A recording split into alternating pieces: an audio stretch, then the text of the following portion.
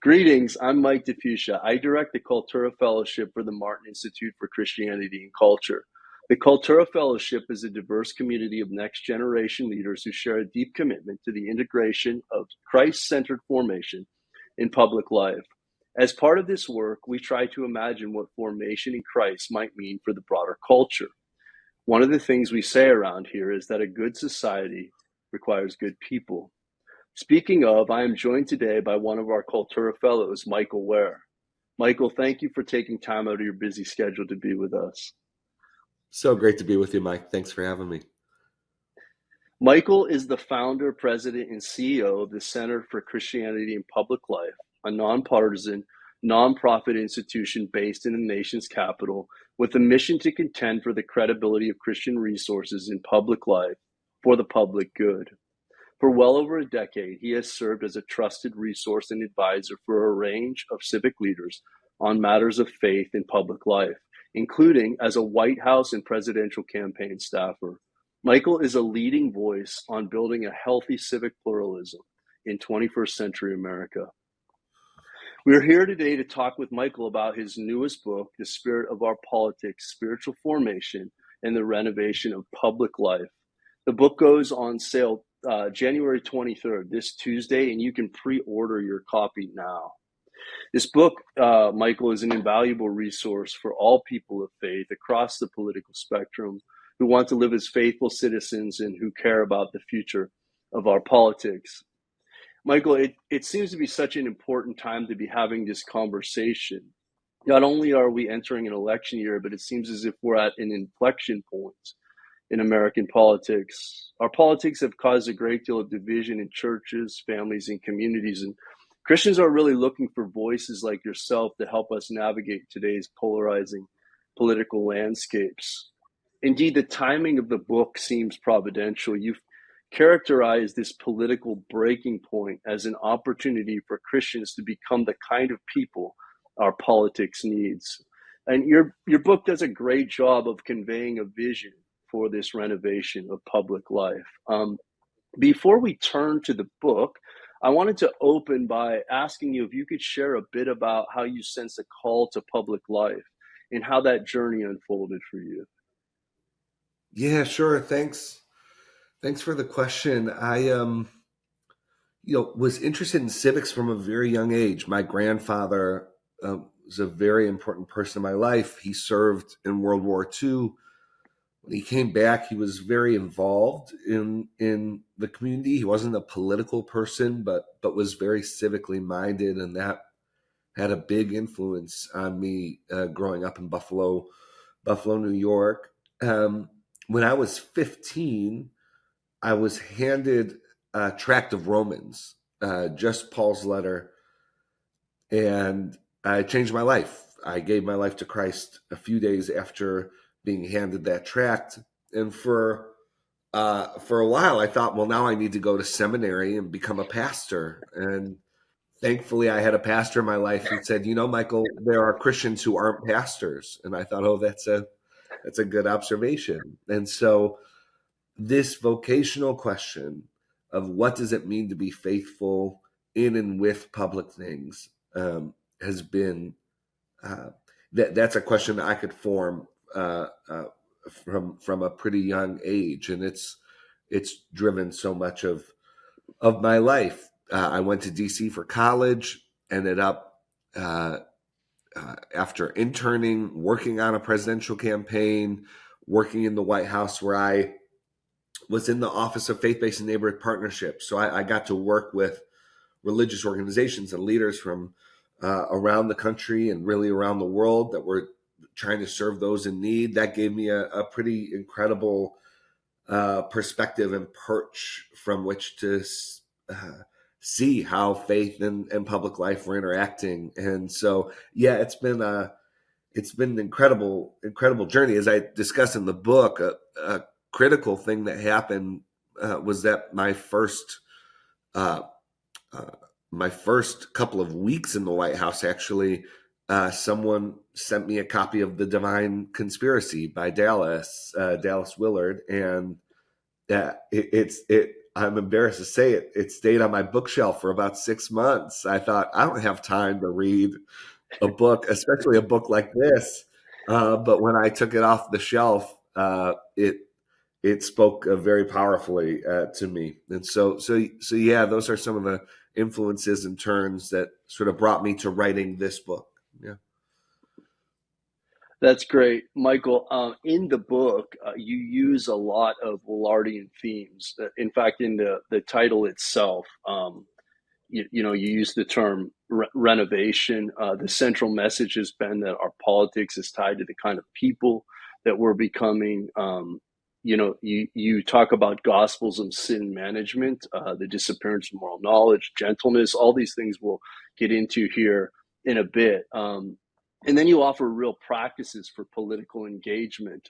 So there is this real clear connection for you between formation of the human person in and the way in which that shapes the political one's political life. It's your political philosophy in a nutshell. Can you say a bit more about how Willard has shaped that vision for public life, and or maybe how you began to see this connection between formation and public life? Well, you you know, Willard lays out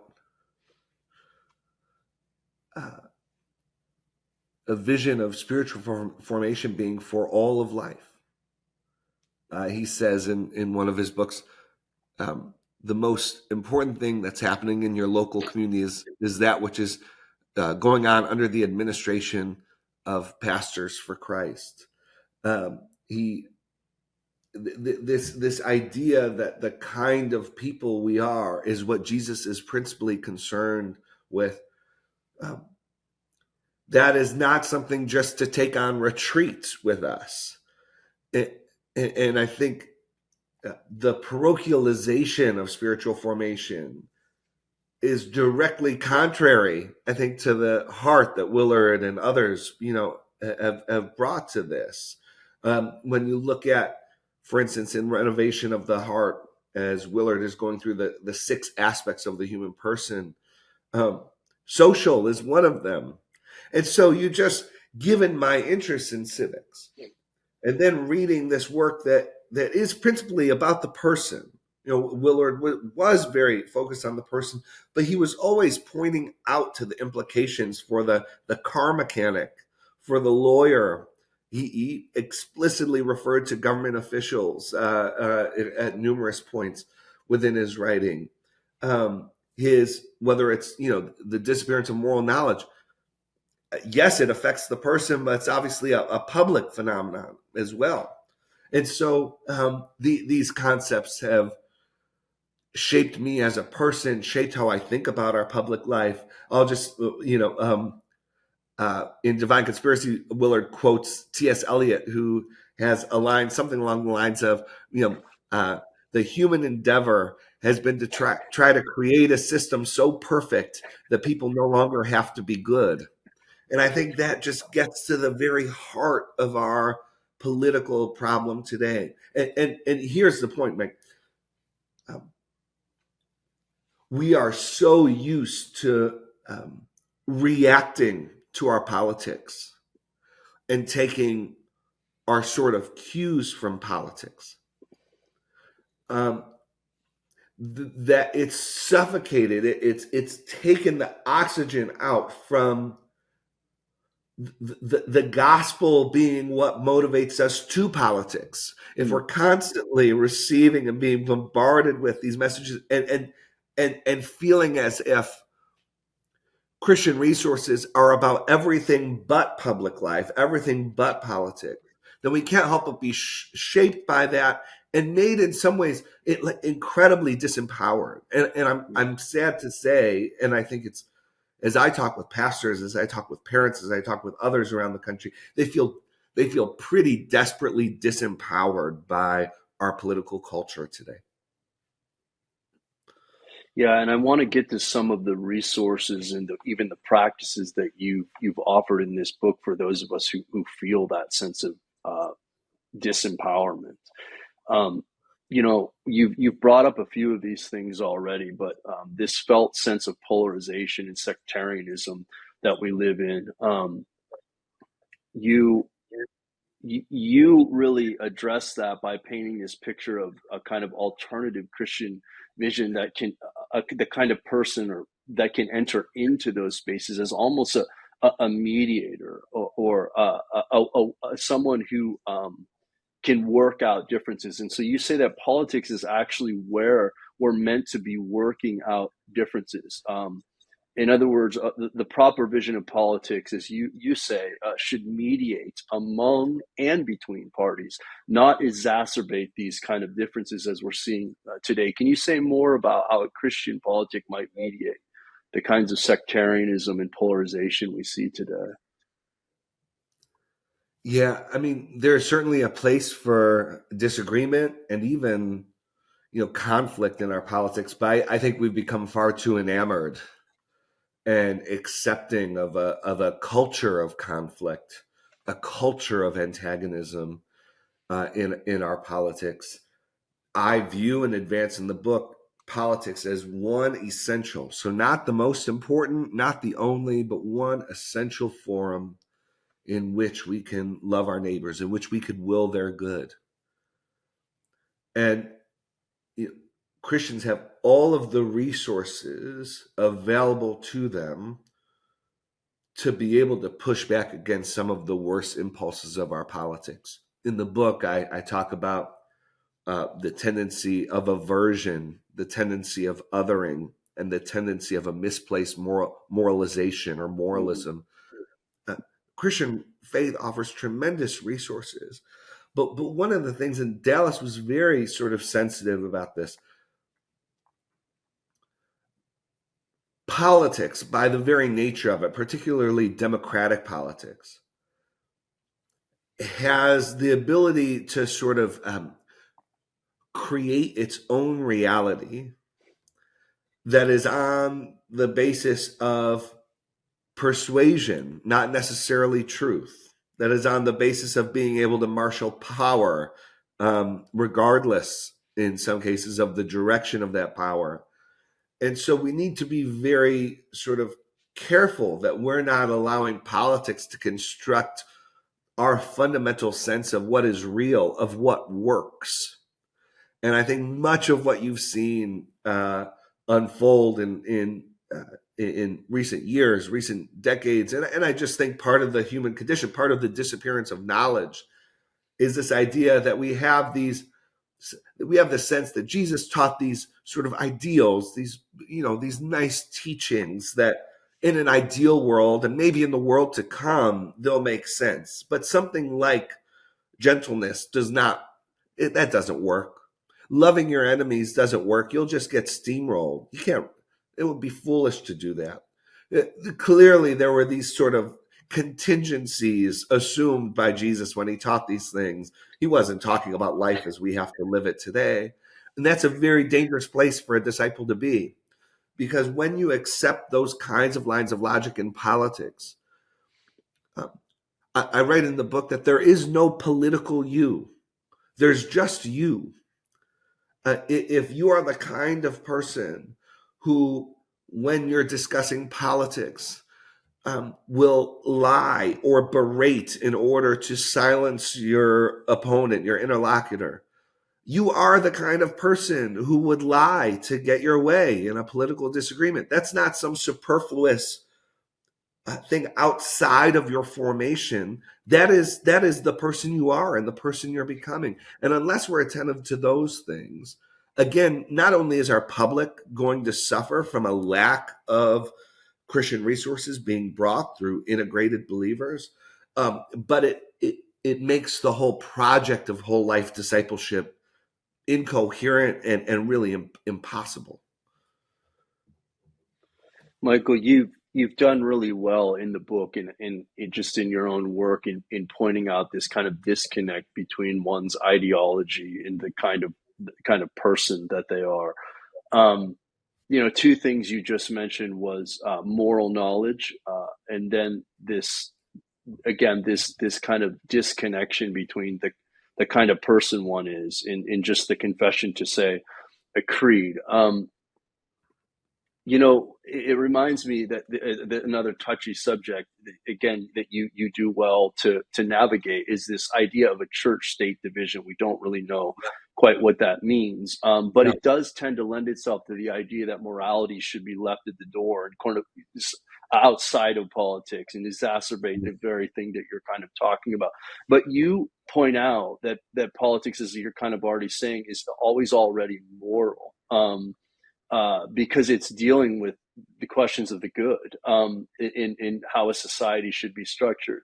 Can you say more about how or why our politics requires a vision of moral knowledge? Yeah.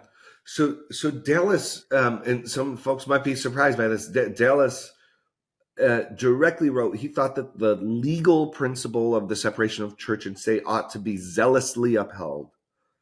But what concerned Dallas and what concerns me is the kind of extra work that the separation of church and state seems to do, the sort of philosophical and ideological influence that it seems to have, which, again, just to restate, it seems to suggest to people that knowledge from religious or just moral knowledge containing to moral matters, is somehow unfit for public deliberation. Now, the problem, of course, is that we live in a moral universe, that political decisions, you could hear from politicians from the far left to the far right and in between, there is agreement, acknowledgement that our politics involves moral decision making. For instance, the current president of the United States right now says quite often the budget is a moral document. Okay, well, how do we make decisions about moral issues without moral knowledge? And the answer turns out to be poorly. The answer turns out to be like haphazardly. The answer turns out to be like with a lot of obfuscation. And so that's really important to contend with. Now, there are a lot of reasons, many of them good, for why people are so concerned about moral knowledge being brought into the public arena, because that too has gone very poorly in the past. Sure. Um, but we need to deal with reality as it is, and hiding from these, sort of alleviating ourselves of the responsibility of acknowledging that these are moral decisions we're making. We're not just following the numbers here. That is not serving the public well. It's also, again, just not dealing with reality, and not providing the best opportunity that we would have for developing into the kind of people who can make those kinds of decisions with wisdom and discernment. Yeah, I like how you mentioned, because a lot of folks would have anxiety about the idea of theocracy, or like something you said about legislating morality. But you've already touched upon the T.S. Eliot quote, where he says we're trying to create a system so good that we don't have to be good any longer. That's obviously not what you're saying, but you're pointing to the focus on the person, the kind of people that are making these decisions and are bringing a kind of moral sensibility into these spaces. It Yeah, it let me Go ahead. Yeah, so right. So one of the most powerful things, and I think this is part of the problem. So because we've been taking our marching orders from the logic of politics, because a Christian approach to politics has been so dictated by the needs of politicians, that when we think about, well, what's a Christian politics, we think about um, uh, what is the most effective use of Christian language, institutions, all these things to achieve political outcomes. Um, and that's not what we're talking about here. It's one of the greatest gifts that Christianity has to offer our politics today is not in telling our politics what it should be, but reminding our politics what it is not, that it's not ultimate, that it's that it's that it's prudential. And those are the kinds of things that we're talking about when we talk about Christian resources. I love that you point that out in the book too. That it's politics is not ultimate; it's prudential, and I think that really relieves some of the anxiety that people feel in this decision making process. And you do kind of alleviate a lot of those anxieties, particularly in the latter part of the book, by offering like real practices and real knowledge as to even how we should vote. Yeah. It's super helpful. We've kind of touched around this issue, but I think one of the things that troubles at least me or other Christians is the idea that this kind of disconnect between the character of the people making the choices, and but yet I have to agree. I sense that we agree politically, but the character is what do I do with that? And so you make this brilliant connection in the book between Willard's idea of the gospel of sin management. In other words, that in the way we're doing politics today, in other words, a person can have like the worst character imaginable as long as they confess to a creed or a certain political agenda. And you used the word just a moment ago, discipleship. And you've characterized this in the book as a discipleship issue. Can you say more about your vision of politics as discipleship? Yes. Well, so a couple things to say here, right? And it just took me a long time to, as long as I've been reading Willard and as long as I've been working in politics, it took me a long time to sort of connect the dots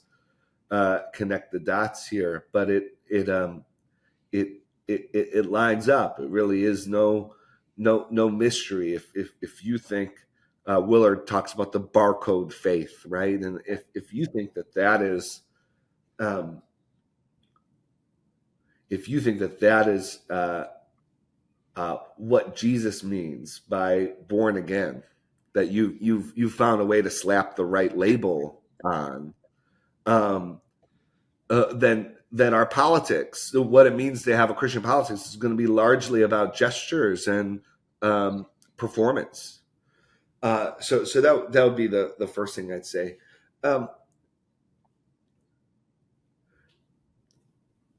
I talk about politics, and I think it's a very helpful reframing of politics and resituation of helpful way to resituate politics in our mind.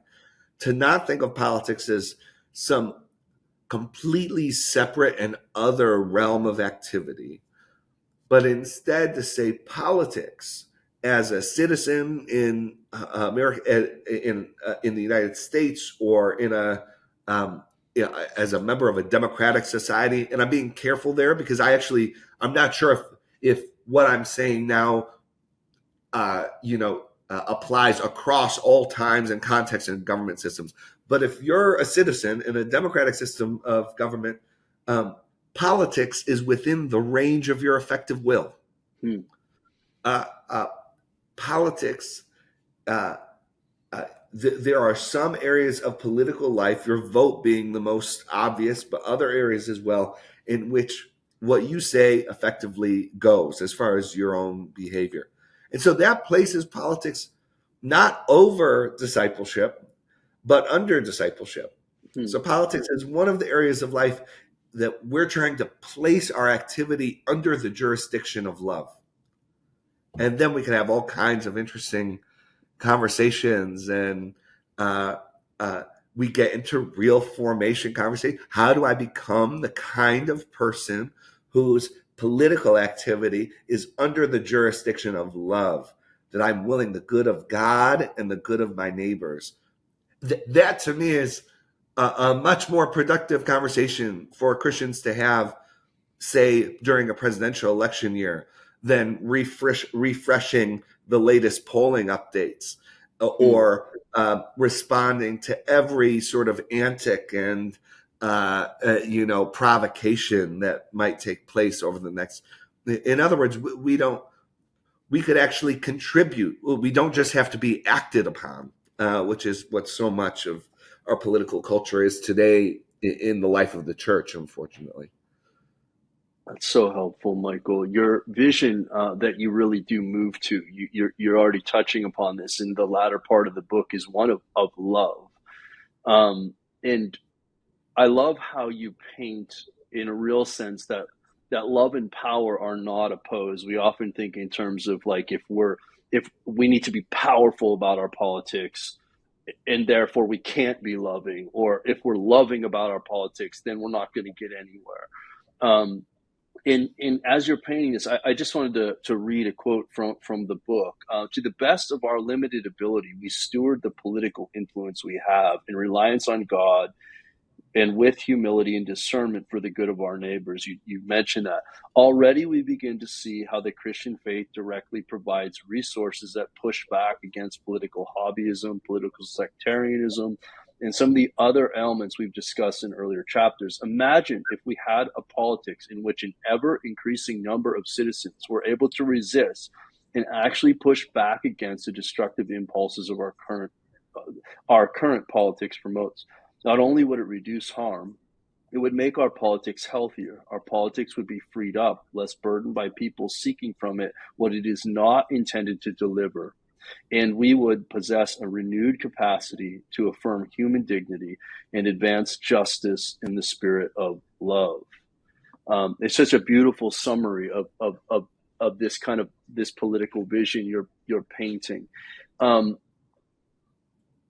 you've said this already, but you've said that politics is really the place where we get a chance to show our love for God and of neighbor. Can you say more about politics as the love of neighbor? Yes. So we have a politics right now that is so often not just, this isn't just how it works, it's often how it's sold, which is politics as a forum for self expression, self actualization, and self interest. And uh, Christians have available to them resources in which um, our security is found elsewhere. And that ought to be able to free us up to enter into politics in an other centered way. But I just want to touch on, you said something very important, which is that people don't think love and power go together. What I'm really trying to get at with this book are the ways in which that is not separate and apart from how people view God himself. Mm, Um, People have a really difficult time. Well, let me phrase it this way. If you have a difficult time viewing God as a joyful being, full of a pervasive and constant sense of well being, it will be very difficult for you to have any joy in politics or any other area of life as well. If you think God must resort to, uh, if you picture God as sort of a school marm who's harshly looking over your shoulder, waiting for you to screw up, that is something that is unlikely to be unrelated to your view of politics and what the role of politics might be. And so all of this sort of goes together. I I think Dallas wrote his books with VIM in mind, vision, intention, means, and he writes about vision, intention, means in Renovation of the Heart. Um, I wrote this book with VIM in mind. Um, we have to start with our vision of God and the kingdom, and then from that we could have conversations about politics. And it's not just politics we need to have conversations about. It's faith and work, it's our finances, it's relationships. But somehow politics has been segmented off from that, so that even in spiritual formation conversations, I think we increasingly see sort of faith and work conversations, and that's been a wonderful development.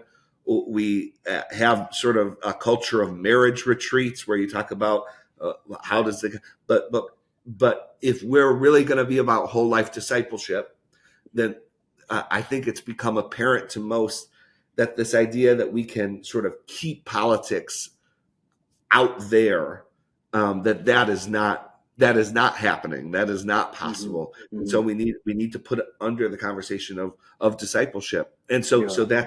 that's what it looks like. What does it mean? Dallas puts it. Um, what does it look like for your disposition in politics to be one of gentle non-compliance with evil?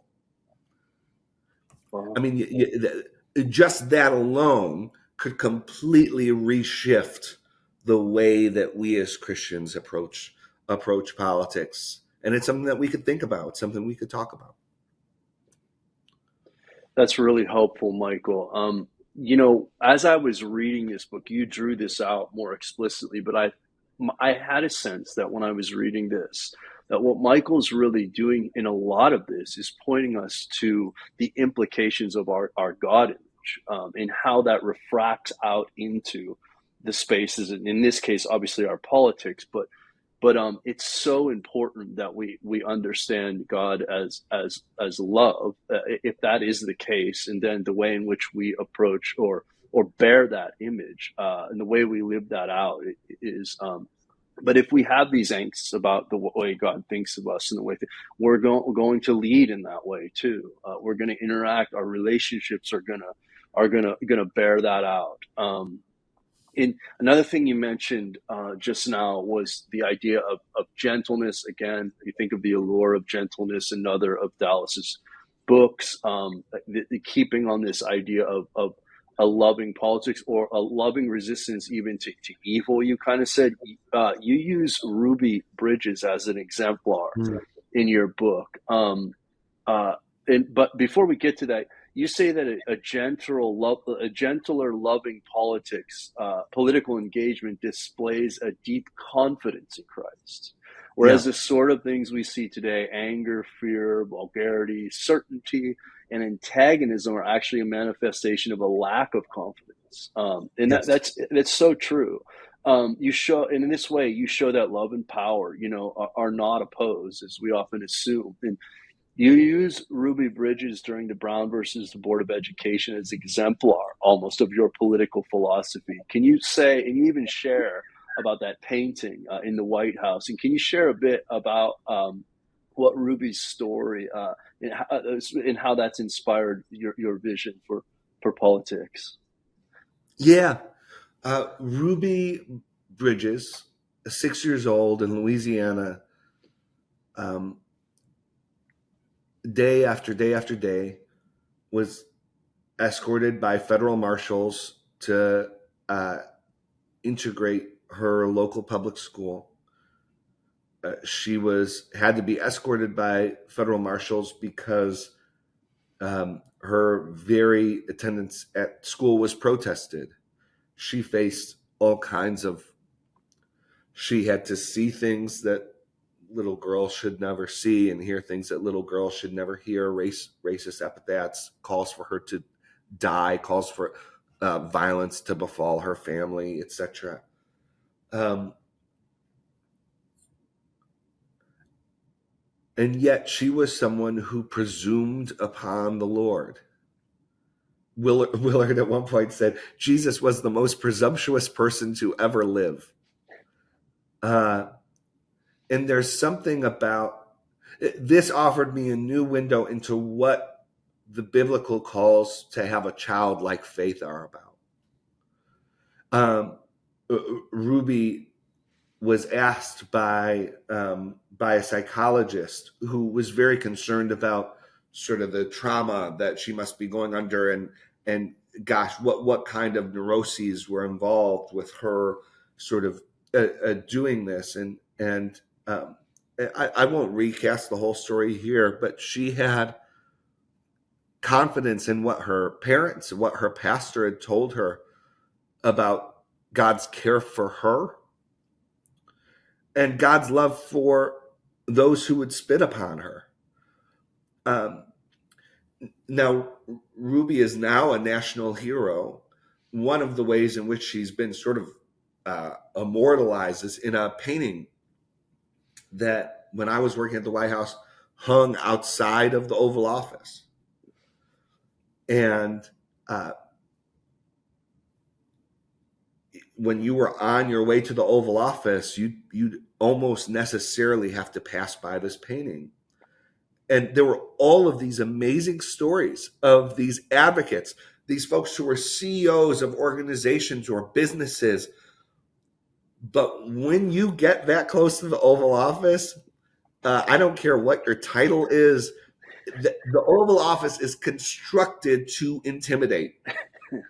It's an oval because when that door closes, you are stuck in a eternal sort of black hole. You don't know how you're going to get out. It's hard to identify the door. It is an intimidating place.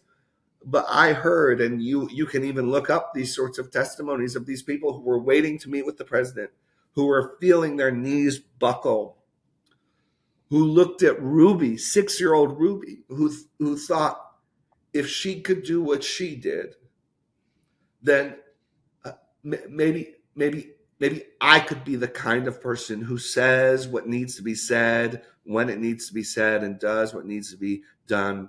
Um, and so yeah. Now, interestingly, Mike, for those listening who are very familiar with Willard's work, one reason why the psychologist who was asking her these questions is a man by the name of Robert Coles.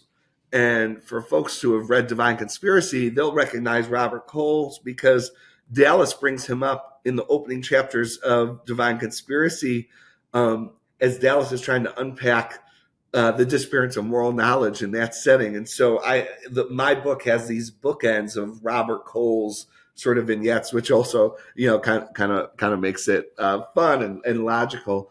But yeah, Ruby, what an incredible display of power in Christ.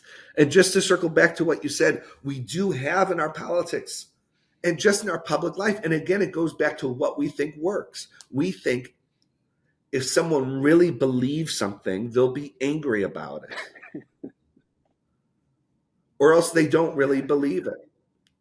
Condemnation is something that we take to be a signal of really believing in something. Wow.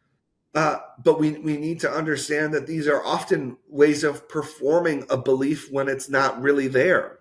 Mm. That the kind of frantic anxiety in our politics is not because people just have these deeply rooted beliefs they're totally sure about. No, it's because they're grasping for the things on which to plant their flag and plant their feet, but it's constantly shifting under them. And so yeah, it's and yet Ruby could presume upon the Lord, and he protected her. I really loved how you use her as this example of exactly what you say, and really the exemplar for your political vision. We spent a lot of time kind of painting that vision, and what I love, again, you mentioned the vision, intention, and means, is that in the latter part of the book, latter third of the book, really, you're now saying, okay, well, how do we actually, what are the means to this vision? Like, we painted, we talked about it, it's a cute ideal, right? And so how do we, and I love that you give really practical advice here. So let me just read a quote that kind of summarizes us up to this point. Let us proceed as though you and I have reached the conclusion that we do not want our political activity to be guided by the logic of political sectarianism, that such a politics does not flow from a Christian life. Further, you and I are taken up by a vision of politics as loving service, and we have decided that insofar as our lives touch on politics, we will become the kind of people who would act in accord with the spirit of loving service. We seek to be formed in this way in relation to our politics because we are convinced that it is consistent with following Jesus with our whole life. And then you say, what might we do now? And I love that. And that is where in the 7th chapter you turn to spiritual disciplines for public life as a means for transformation of politics. For those of you listening, I highly recommend this book. If anything, for that, we need those real practices. Michael, you mentioned how we should vote, to admit that Jesus is involved in this thing, that self-interest is important to identify, and then learning to listen to others, even those who we disagree with, as we're turning to vote. Then you offer real practices for overcoming othering and sectarianism, aversion, these things that you go through. You mentioned fellowship over aversion. I love this: service over othering, confession over moralization. Like, instead of focusing on other people, well, how are we contributing to this kind of like this maybe perhaps even toxic dialogue? You mentioned withdrawal, like silence and solitude to get Yeah. perspective. Secrecy or anonymous service, like these are the kind of things that really can transform the kind of people we are. You even offer advice on where we should, how we should think of politics, the way we should balance our news consumption. That we should be praying about this, ways of breaking group thinking, bearing one another's burdens, even affirming our opposition sometimes when they're correct. We need to own that, and then being able to critique our own side from time to time. All these are kind of mediational or conversational kinds of ways of entering into politics. But just to summarize, just one key point that I think was important for me, because what I have seen is a lot of like what people are responding to are not actually other people. And you draw us, you make this, it's like a real anthropology for politics, the anthropology of the human person and the dignity of humans for political, for our politics sake, or for the sake of the person. um and a way of maybe overcoming these ideologies, you mentioned this a few times, is local involvement in our politics, not on Facebook, not on social media, because that's where we cast ideologies and we're not actually interacting with human beings. We know that, right?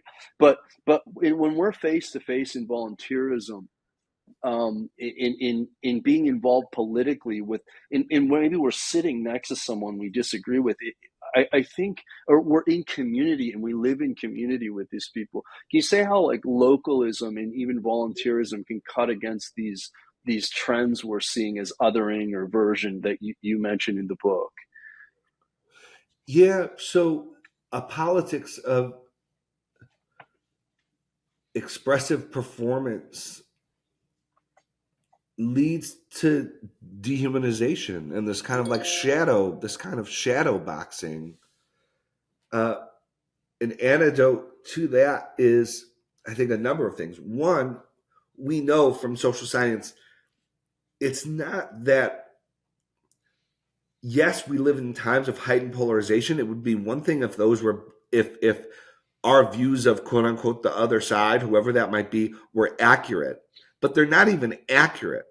We have such a wildly uh, ludicrous view of who it is we're opposing that we're not even dealing with reality, even political reality. So for instance, like Republicans think Democrats are far more irreligious than they are. They have wildly skewed views of the demographics of the Democratic Party, of overall support for various policies, and the same for Democrats to Republicans. Just like a caricature, but not. I mean, yeah, it just gets to be pretty outlandish. So that would be the first thing. Like actually know who you're talking about. And one way to do that is to be in contact with them. The other thing, though, aside from like correcting misperceptions, is you start to understand how bound up uh, and how complicated things are. Dallas offers I think this is in Spirit of the Disciplines. He offers sort of the discipline of um, shopping on the other side of town. Hmm. Um, and all of a sudden, you start getting a sense of the conditions that other people are in. And this isn't just sort of a from means to lesser means. He also means it for lesser means to means, because you start to recognize uh, uh, how much lack there is everywhere Hmm. of certain ways. And so yeah. I mean, it's um,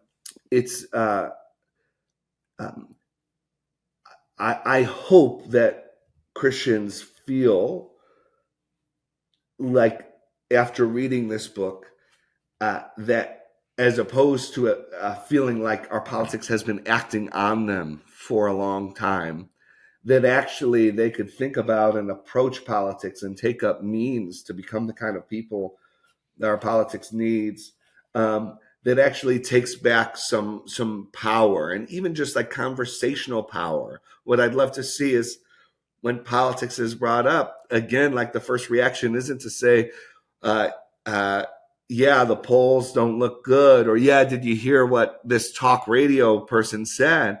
But to say, yeah, I've actually been um, I've been trying to practice reading the news differently, and that's how it's. And let me tell you how that's worked out for me, and how it's changed, how Wow. it's changing how I view politics. Imagine the change that would happen just in our church foyers after service, if Hmm. people felt like they had someplace else to take conversations other than the toxic logic of our politics. Wow. That's great. And again, you spell out so many examples of how we can um, shift the conversation in the book. And I love how in the latter chapter, one of the last chapters, you give specific advice to parents and to pastors who feel this acutely. You tell stories of things you've heard, and we all sense and hear that this has deeply affected families. It's affected churches. In your advice for pastors, you use a language of looking or modeling ways in which we can show that Christianity transcends this political difference. A lot of what you've said in the book helps towards that. You say specifically that we can turn these political conversations into identifying God's heart for people. I love that. It's an opportunity to pray into, and then you advise that we should look for ways to have these conversations outside of Sunday morning, because Yeah, it doesn't take up the pulpit, like you say.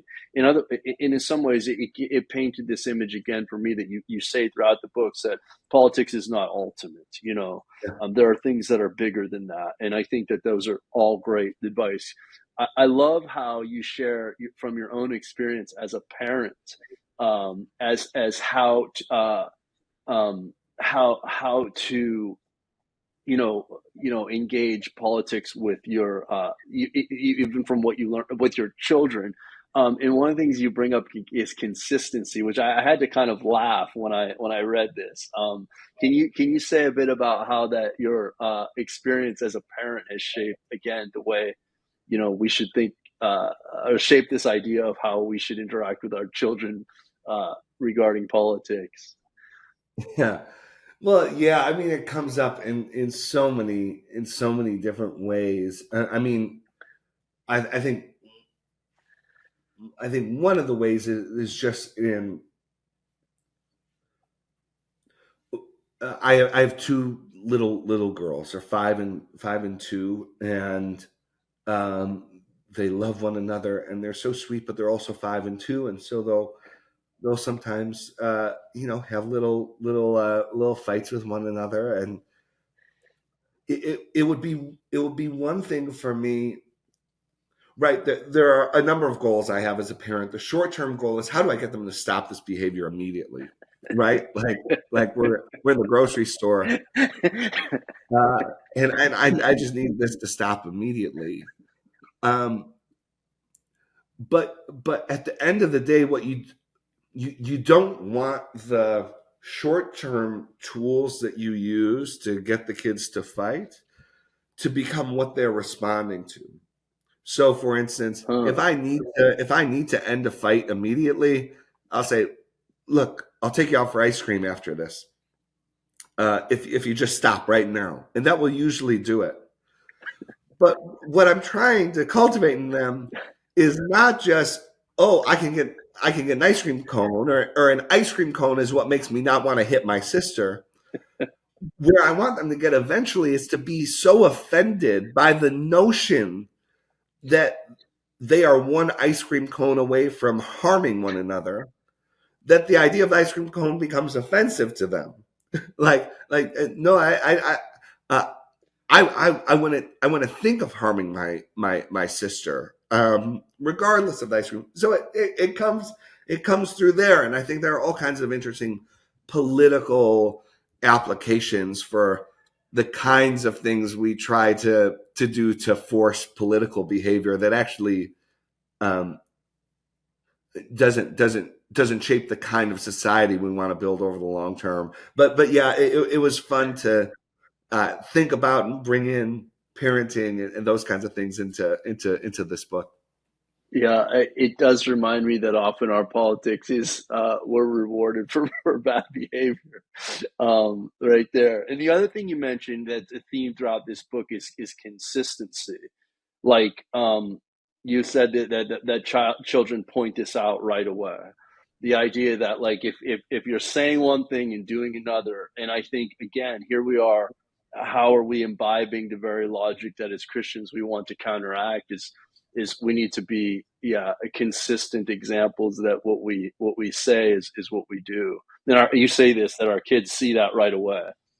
Well, yeah, and I've seen this as I've especially on college campuses, which are these kids who, well, now young adults who will just say, "Look, I was brought up with certain kinds of values and told to behave in a certain way because this is a reflection of goodness. This is how we relate to other people." Uh, and I hear this over and over again. But to become an adult or to become a to enter in my teenage years and uh, to see my parents um, turn away from the personal morality they taught for public excuses or public sort Mm, of reasons has made me wonder whether they ever believed any of it at all. mm, What what was actually going on, and that's a difficult place to be. Now, on the other hand, Mike, I tell a story to open the book of a woman I know who is a political activist. She's a grassroots organizer, um, and she reached out to me. And long story, I tell obviously the a fuller story in the book, but she wanted me to meet with her daughter because her daughter was so frustrated by our politics and particularly her mother's professional role in politics that she had stopped going to church. She just didn't see how it lined up. And my friend saw how it lined up. And I know my friend, I believe her, even though we have different politics. But my friend said, would you spend time with my daughter? I'd like for her to spend time with a faithful Christian who just has a different approach to politics than I do. And then here was the line that got me, Mike. She says, uh, she says, "Michael, I don't care. I no longer care about the future of my daughter's politics. I mm. just want her to go to church with her family again." And that to me was one of the more heart wrenching, but also hopeful Yeah. conversations I've had in years, which is the potential of what happens when you rightly situate politics as under the kingdom of God as opposed to over it. And that's what we need today. That's beautiful. Thank you, Michael. Again, thank you so much for this discussion on your book. Just briefly before we close, I did want to ask you. I know you had this summit for the for Christianity in Public Life. What's on the horizon for you there? Yeah. So we passed a year of since our public launch in October, and we're really excited. As you noted, we had our first summit in November of last year. We just announced this month our next class of our Public Life Fellowship program. We're hiring for a director of Christian civic formation now. Uh, and so our work is going to continue. Our mission is to contend for the credibility of Christian resources in public life for the public good. And we believe that requires both public imagination as well as spiritual formation unto the likeness of Christ. And so we're really excited about that work. In many ways, the book um, provides sort of the intellectual rationale and why we go about the work in the way that we do at the center. Thank you, Michael. Whenever I hear you and I see how quickly this has come together, it's so inspiring. But I can't help but think it is very providential, the work that you're doing and what you've been called to, and to see you doing this so well. Um, Thanks. Stepping into your vocation, it's such a beautiful thing to watch. And so, um, I wanted to just summarize our time together with something again you said in the book, which I take to be really your central theme of the book, and also the Center for Christianity in Public Life. I'm paraphrasing, but you say at the center of our faith is not a series of right answers, but a person. What we have to offer politics is the kind of person we are. If you want to change politics, this is where you will start. If we want a better politics, we have to become a different kind of people. Um, Michael, thank you so much for this book, for the work that you're doing, and for taking the time to be with us here. Thank you so much, Mike. Thanks for the work you do. I'm so happy to be a part of the work at the Martin Institute, and grateful for you and the team. We're so blessed to have you. And again, don't forget to pre-order your copy of Michael's book, The Spirit of All Our Politics, Spiritual Formation, and the Renovation of Public Life, which comes out Tuesday, January 23rd. Thank you so much, Michael.